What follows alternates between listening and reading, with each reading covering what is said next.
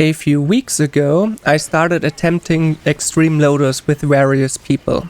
And in the process of trying to better myself and learning more about the boss, I realized I was under a lot of different misconceptions. So here's a summary of everything that I've learned. A guide, I guess. Let's start with the gauge. In phases 1 and 2, you start out in safe mode. But if the gauge fills up completely, you enter Annihilation mode, which will last for 34 seconds, at which point it will end and you are back to safe mode. During safe mode, the gauge is affected by two things: time and whether or not you and or Lotus are hit by what I call gauge attack patterns. During phases 1 and 2, there are only 2 gauge attack patterns. You should be familiar with them from normal and hard Lotus. The tracking lasers, which affects the gauge by a larger amount depending on whether you and or Lotus are hit by a single laser or the explosion where the lasers meet. And the mechanical arm rush, which attacks you faster than in hard mode and has one large mechanical arm coming for you towards the end of the barrage. The large one takes a significant percentage of your HP and has a larger impact on the gauge than the small ones. None of the other attacks in phases 1 and 2 affect the gauge directly. Phase 3 is a bit different, because instead of starting in safe mode, you start in Annihilation mode. And your goal is to decrease the gauge completely to then get about 25 seconds of safe mode.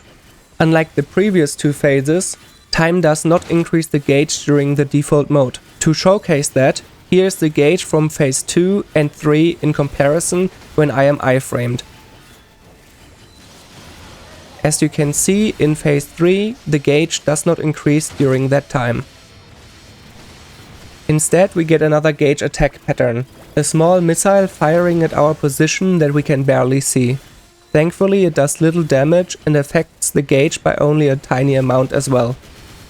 Just to reiterate, there are only 3 attack patterns that affect the gauge: the tracking laser, the mechanical arm rush, and the small missile. Next up, what does Annihilation mode do? As far as I can tell, the only difference between Annihilation mode and safe mode, beside the obvious visual and audio changes, is that there are up to 3 more attack patterns in Annihilation mode that you have to account for. The most obvious one is the big laser. If you stand within it, you die. If you have door, you will lose it and die. Do not stand in the big laser. You even get a 3-second warning. Use that time to get to a safe spot, which in phase 1 is on the right side, and in phases 2 and 3 is on the bottom floor right side and the top floor left side. Technically, you are also safe at the very edge of the laser, but you have almost no space to move there, so don't count on it. The second new attack pattern is the lightning drone, which follows you for a few seconds, then stops, creating a lightning field around itself. The only damage it does comes from the lightning field, and the damage is rather minimal. The actual danger comes from the fact that if you stand too long in the lightning, it launches you into the air, stunning you for a second. The easiest way to deal with it is to make it go somewhere where you don't want to go anyway. The third attack pattern only appears in phases 2 and 3 and can be mostly ignored. With less than a second to react, it creates a fire vortex around where your character stood, dealing a noticeable but small amount of damage. Before we start with the phase 1 attack patterns, I have to explain the difference between body patterns and map patterns.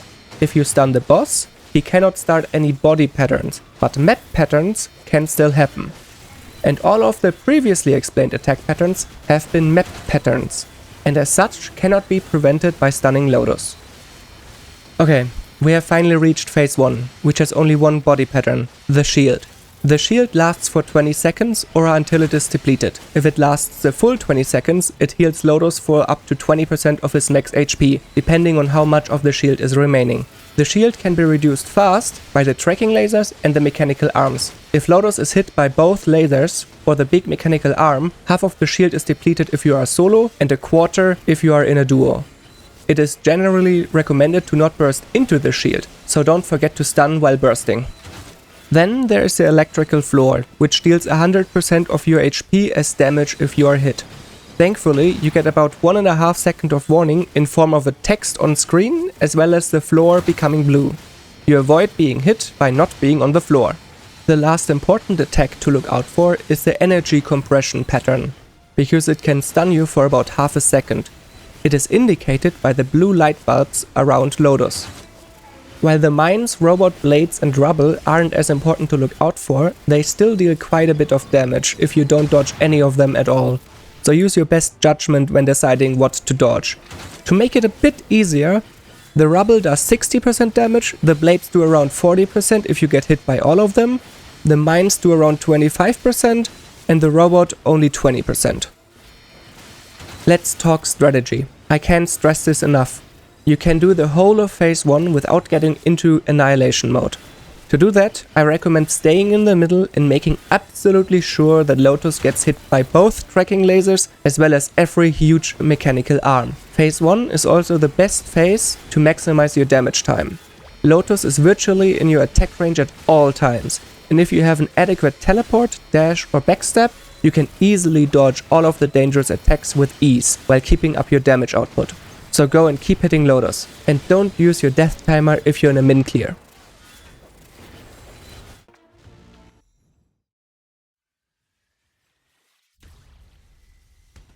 And with that, we are in phase 2. Just as a reminder, all the gauge and annihilation attack patterns we talked about earlier are still coming.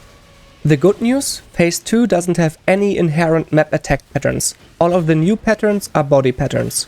The bad news, Lotus just became mobile. He can walk around and has a teleport ability, with which he teleports to a random player. If you are in a duo, I strongly recommend you and your partner choose one of the safe spots from the big laser to play around. And then stick around that spot as much as you can. That way Lotus's position is much easier to predict and your damage uptime increases. There are 3 attack patterns you have to look out for. The push, which is exactly what it sounds like. Lotus having a wind-up animation and then he pushes anyone in front of him away from himself. You can dodge the push by either standing far enough away, standing behind Lotus, or standing inside Lotus. Then there is the electro explosion. If you get hit by it, a blue ball appears above your head and after a few seconds it sends you high into the air at an angle away from Lotus. You can dodge this one by standing far enough away or standing inside Lotus. You can avoid being flung around by stalling in the air with blink, but you still get stunned for a moment. The last attack to look out for is the falling debris. Lotus glows for a bit and then debris starts falling. If you get hit, you get stunned.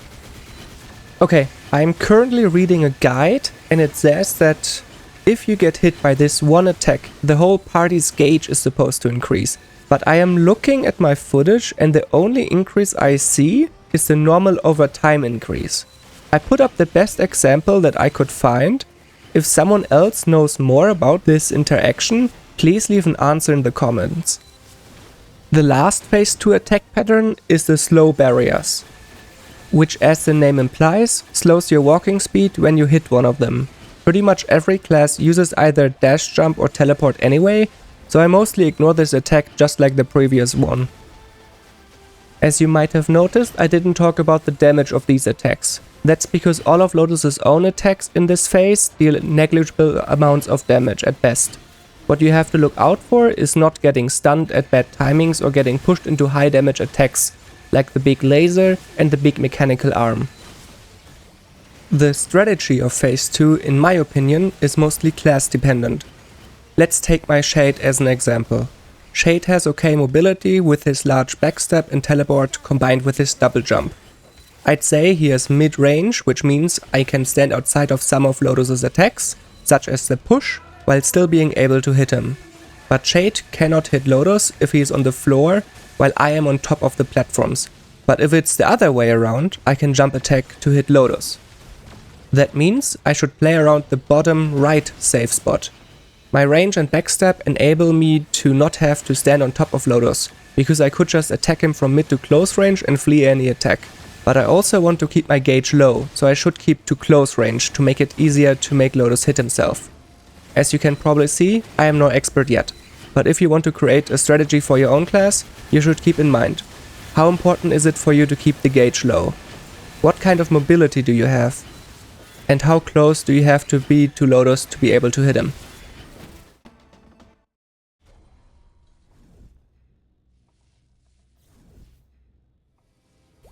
Phase 3 is just chaos. Let's start off easy. You remember the teleport? It now deals damage sometimes. It's only 10% and can mostly be ignored. But what the fuck? The teleport! Now that you are in the right frame of mind for this phase, here another little reminder that all the gauge related attacks are still in effect. So please continue playing around one of the 2 safe spots and make Lotus hit himself.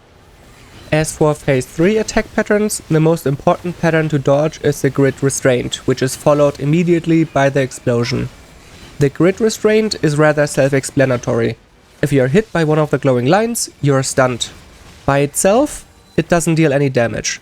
The follow-up explosion, on the other hand, deals a significant amount of damage, even if you are not stunned by the grid restraint. You can dodge the attack by either being far away or being on top of Lotus. And if you are stunned, it takes 100% of your HP and you cannot dodge it, which makes dodging the grid restraint a priority. As a little side note, you can stun Lotus to prevent the explosion, or if you are early enough, even being stunned. Next up are the 3 attack patterns that push you around. The most annoying of the bunch is the platform destroyer. As the name implies, it destroys the closest platform and throws its 3 pieces at you.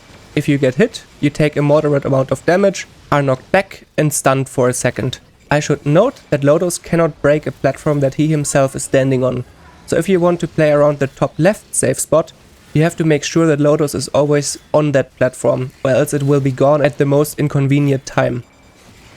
The second most annoying pattern of the bunch is the consecutive pushes, which consists of Lotus first hitting anyone in front of him and then a second attack which hits everyone around him. Both attacks deal around a third of your max HP as damage and stun you for a second, and both of them can be ducked, though you are ducked for a long time if you try that. You can be hit by both one after the other if the first attack pushes you into the map limit, while still being in range of Lotus. The last push is basically a copy of what you had to deal with in phase 2 already, so a simple single push directed in front of him. Getting pushed once isn't all that bad. It's when Lotus combos you by, for example, throwing platforms at you that push you to the edge of the map, only to then get hit by the consecutive punches while unable to dodge. If you were only to get hit by one platform, then that combo alone already dealt 85% of your max HP as damage, and you'd have been stunned for 3 to 4 seconds. So be careful, especially when he starts throwing platform pieces. There are 2 more patterns to talk about.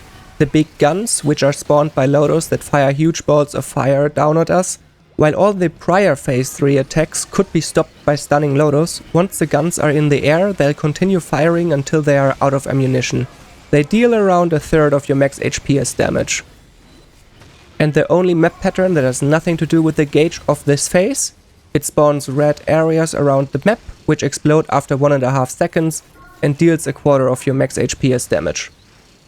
I wish I could help you more with the strategy of this phase, but the best I can give you is stick to a similar strategy to phase 2. The attacks of phase 2 were infrequent enough that you could ignore most of them.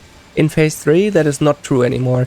Attacks are coming much more frequently, you can be stunned for much longer, and the new attacks deal on average more damage than the ones in phase 2. So pick one of the 2 safe spots, make sure Lotus stays there and dodge the big attacks on screen. That's what got me through 28 minutes of that fight.